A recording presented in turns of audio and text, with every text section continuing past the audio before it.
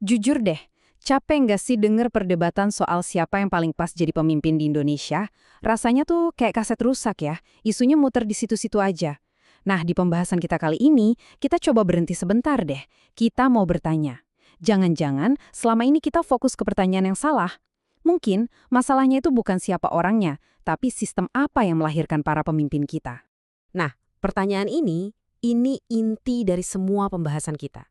Kita tuh sering banget terjebak nyari sosok pahlawan, semacam Ratu Adil yang kita harapkan bisa beresin semua masalah.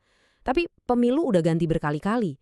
Kenapa ya rasanya tantangan mendasar bangsa ini kok nggak banyak berubah? Mungkin sekali lagi nih, kita sibuk cari jawaban di tempat yang keliru.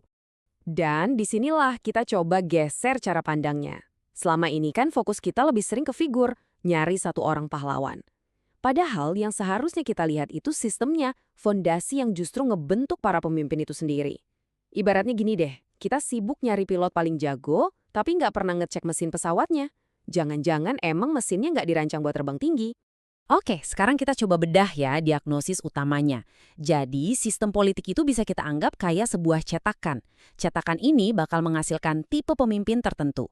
Nah, dalam konteks Indonesia, cetakan ini cenderung menghasilkan dua tipe yang kontras banget, yang kita sebut sang penyintas politik dan sang pembangun bangsa. Nah, ini dia nih tipe pertama, political survivor atau penyintas politik. Jadi tipe pemimpin ini tuh jago banget main di tengah pusaran kekuasaan. Fokus utamanya itu bukan bikin kebijakan jangka panjang yang bagus, tapi gimana caranya selamat secara politik dari hari ke hari. Caranya ya dari satu kompromi ke kompromi lainnya, yang penting aman. Terus di sisi lain ada sang pembangun bangsa atau nation builder. Ini kebalikannya banget. Fokus mereka itu bukan bertahan, tapi membangun. Mereka berani ambil keputusan yang nggak populer, bahkan yang berisiko buat karir politiknya demi kepentingan negara buat jangka panjang. Nah, coba deh kita jujur sama diri sendiri. Sistem kita sekarang ini lebih banyak melahirkan yang mana? Sang penyintas atau sang pembangun? Poin-poin ini ngejelasin kenapa mesin pencetak penyintas ini subur banget di sini. Coba bayangin ya, biaya politik mahal banget. Akhirnya apa? Loyalitas ke donatur jadi lebih penting daripada kompetensi. Terus kegagalan dianggap biasa aja, dinormalisasi. Dan kalau ada yang mau mundur karena gagal, wah itu dianggap aib, dianggap kalah, bukan bentuk tanggung jawab. Ini bukan lagi sekedar sistem politik, ini tuh udah jadi ekosistem yang sempurna buat menumbuhkan para penyintas, bukan para pembangun. Oke, sekarang biar kita dapat gambaran yang lebih luas, kita coba ngintip sedikit deh gimana negara lain ngaturnya. Kita bakal bandingin sistem kita dengan Jepang dan negara-negara Nordik. Tujuannya bukan buat niru mentah-mentah ya, tapi buat belajar. Wah, tabel ini nunjukin perbedaannya dengan tajam banget. Coba lihat baris pertama aja, dasar kepemimpinan. Di Indonesia, basisnya adalah kekuatan figur personal seseorang. Di Jepang, kehormatan institusi. Beda lagi di negara Nordik, di sana dasarnya adalah pelayanan publik. Ini tiga fondasi yang beda total. Ini bukan cuma soal gaya memimpin, tapi soal filosofi yang sangat mendasar tentang apa itu kekuasaan. Nah, poin tentang Jepang ini menarik banget. Di sana itu ada yang namanya budaya malu. Jadi akuntabilitas itu nggak nunggu proses hukum atau mosi tidak percaya. Tekanannya justru datang dari moral yang kuat. Kalau seorang pemimpin gagal, itu artinya dia mencoreng nama baik institusinya dan konsekuensinya ya mundur secara terhormat. Simple. Kalau negara-negara Nordik ini lebih badal lagi. Di sana, pemimpin itu pada dasarnya adalah pelayan publik. Modal utama mereka bukan koalisi politik yang kuat, tapi kepercayaan dari masyarakat. Jadi, transparansi itu ibarat mata uangnya. Seorang pemimpin bisa jatuh bukan cuma karena skandal korupsi besar loh, tapi bisa jadi cuma karena kebohongan kecil yang bikin kepercayaan publik terkikis. Oke, kita sekarang sampai di bagian paling penting dari analisis ini. Jadi apa sih satu hal yang paling membedakan semua sistem ini? Jawabannya ada pada satu kata, konsekuensi. Apa yang terjadi ketika seorang pemimpin itu gagal? Dan inilah pertanyaan kuncinya. Pertanyaan yang kelihatannya sederhana, tapi dampaknya membedakan segalanya. Apakah sistem kita punya semacam sistem imun otomatis yang bisa menyingkirkan pemimpin yang kinerjanya buruk? Dan inilah jawaban jujur untuk Indonesia.